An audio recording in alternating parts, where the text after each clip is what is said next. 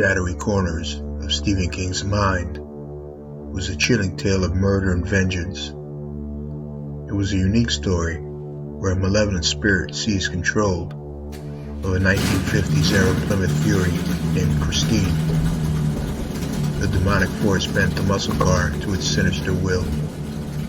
At first glance, the notion appears ludicrous, but sometimes reality is stranger than fiction. In my search for the mysterious and haunting tales of Hollywood, I uncovered a macabre narrative intertwined with the glamour of 1950s Hollywood. The story is shrouded in mystery and dread. James Dean had earned his reputation as a brash young rebel. Despite what others thought of him, he liked to do things his way. Yet, inside the self-assured exterior was a troubled soul. His inner pain was clear. He made good use of it in movies like Giant and Rebel Without a Cause. He was among the few actors ever nominated for 2 Academy Awards in the same year. His untimely death only added to his legend. He was the personification of live fast and die young. I knew plenty about his movies, yet I never knew anything about his death. Even more terrible than his early passing was the instrument of his demise, the notorious machine aptly named Little Bastard.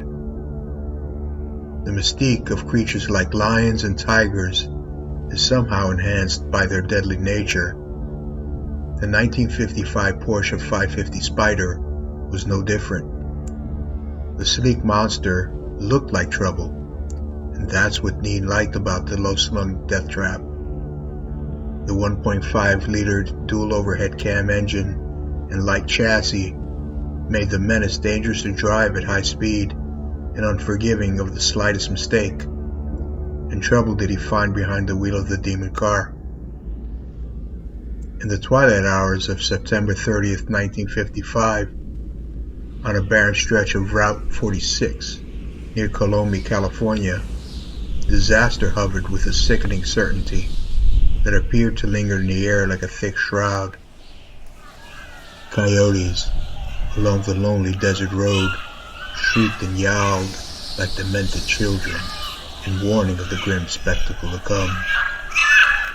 The enigmatic young actor, known for his charm and magnetic presence, died tragically in a collision that cast a shadow over those who dared to come in contact with his little bastard Porsche 550 Spyder.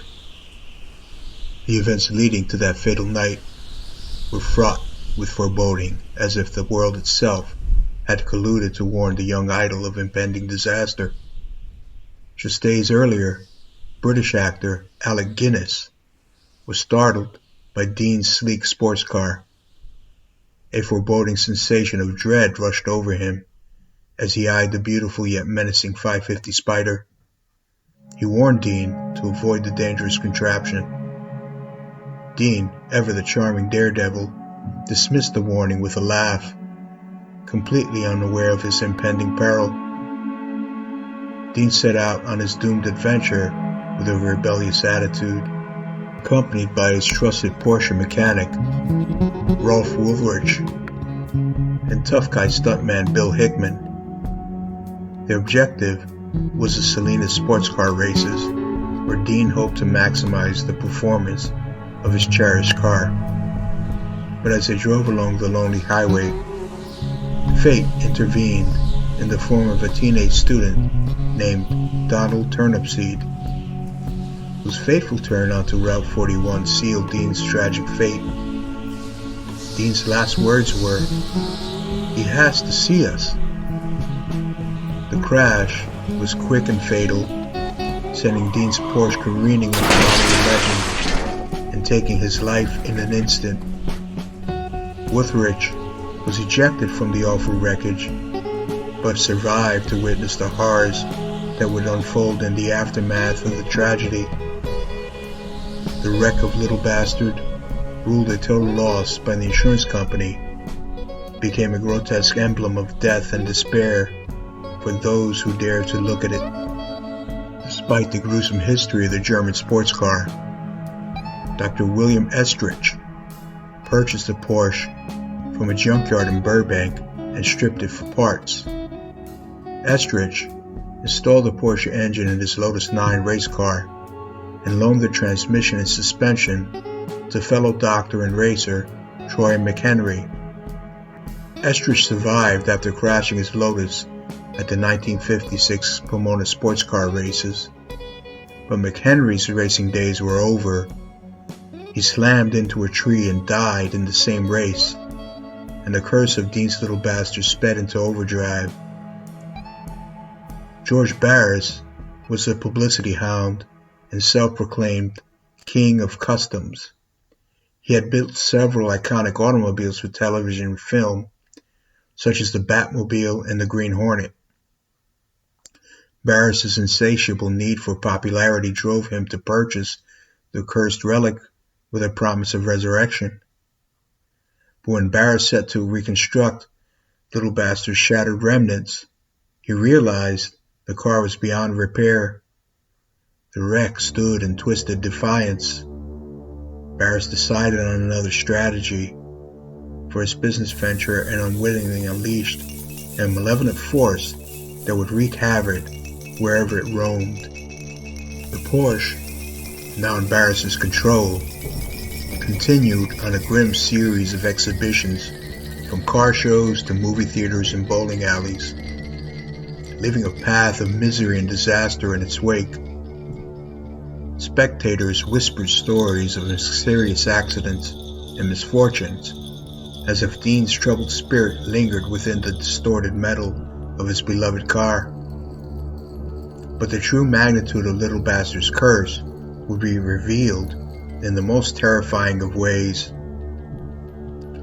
In March of 1959, while being stored in Fresno, the automobile mysteriously caught fire, enveloped in flames that appeared to dance with otherworldly malevolence.